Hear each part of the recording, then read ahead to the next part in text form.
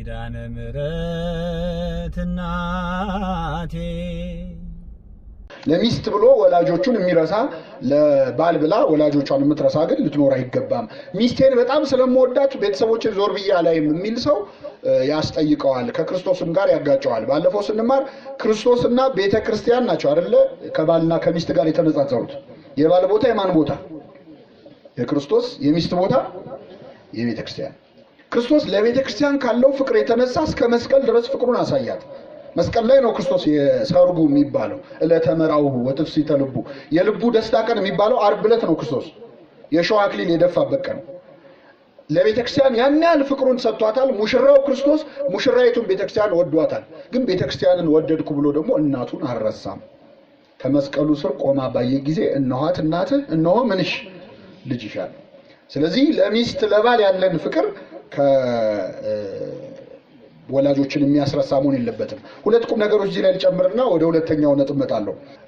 አንዳንዴ ወላጆቻችን እንደምንፈልገው ላይሆኑ ይችላሉ። እኛም እንደሚፈልጉት እንደማንሆነው ሁሉ ማለት ነው። ወላጆቻችንን ምንም አይነት ደረጃ ላይ፣ ምንም አይነት ማዕረግ ላይ፣ ምንም ሀብት ላይ፣ ስልጣን ላይ ብትሆን ወላጆችን መናቅ የለብህም። ማክበር ትገደዳል። ስላገባህ፣ ስለከበርክ፣ ስለወለድክ፣ ስልጣን ስለተሰጠ፣ ሀብት ስለተሰጠ አይደለም።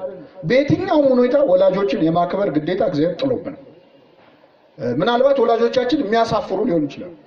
የሚያሳፍሩ ማለት ምናልባት ሱሰኞች ሊሆኑ ይችላሉ። ልክ እንደ ኖህ ማለት ነው። ኖህ ሰክሮ ወድቆ ነበር። አልወደቅም? ወድቆ በጣም እንደው ቅዱስ አምብሮስ ይላል የጥፋት ውሃ ያላሰመጠውን ኖህ አንዲት ኩባያ ወይን ጠጅ አሰመጠችል። እርቃኑን ወድቆ ነበረ። ካን ዘበጠበት መጥቶ ኑ ተመልከቱ እያለ ቀለደበት። ሴምና ያፌት ግን እርቃኑን ምን አሉ?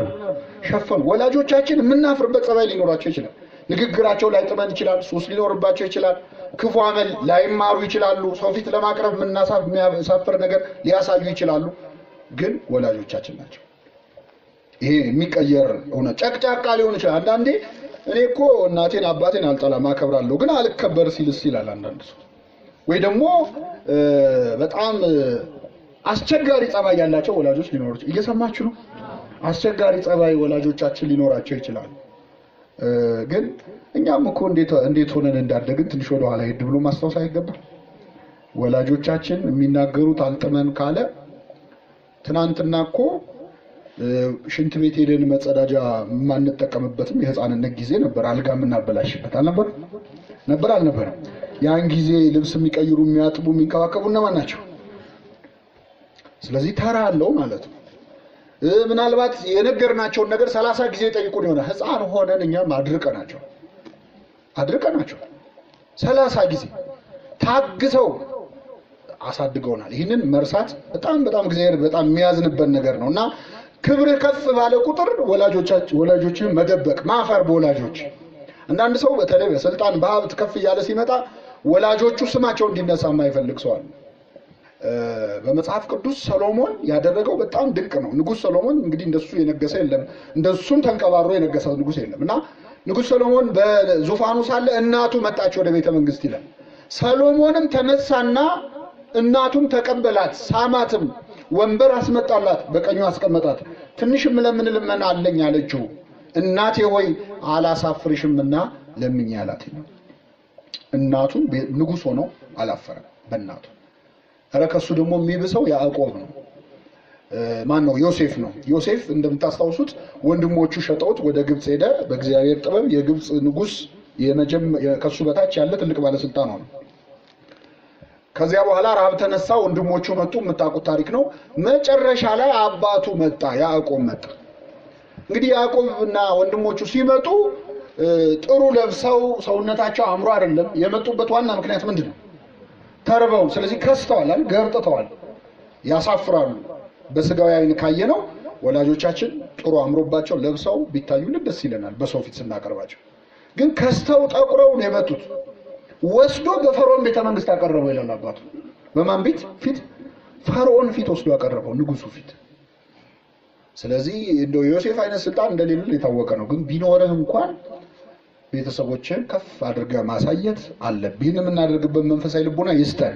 ይህን በደንብ የምናገረው በጣም ይሄ ችግር ስላለ ነው። በወላጆቻቸው የሚያፍሩ በአባታቸው እየኮሩ በእናታቸው የሚያፍሩ፣ በእናታቸው እየኮሩ በአባታቸው የሚያፍሩ ሰዎች አሉ። ክርስቶስ ይህን አላደረገም። በሰማያዊ አባቱ ክብር እንደሰጠ ከምድር ለወለደችው እናቱ ምን ሰጥቷል? ክብርን ሰጥቷል። ለአባቱ ታዟል። እስከ ሞት የታዘዘ ሆነ። ለእመቤታችንም ታዟል። ይታዘዝላን ነበር ይላል አይደል? ይህን ማድረግ መቻል አለብን። አንድ ልቦለድ ልጠቁማችሁ ነው፣ በጣም ጥሩ ስለሆነ የልምዣት የሚል ልቦለድ ምናልባት ያነበባችሁ ካላችሁ። የላችሁም? እሺ፣ አልተወለዳችሁም። ድሮ እኛ እያለን ማለት ነው፣ እናንተ ሕፃን እያላችሁ።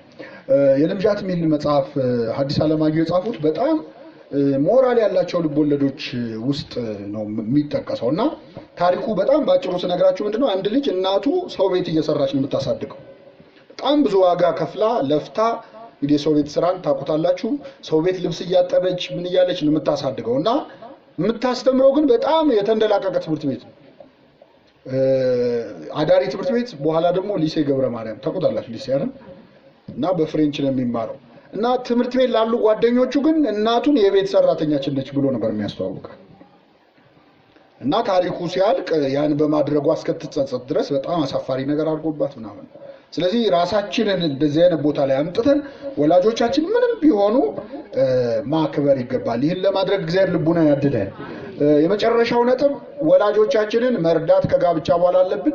ወላጆችን ግን የቤት ሰራተኛ ማድረግ ደግሞ በጣም ያስጠይቃል።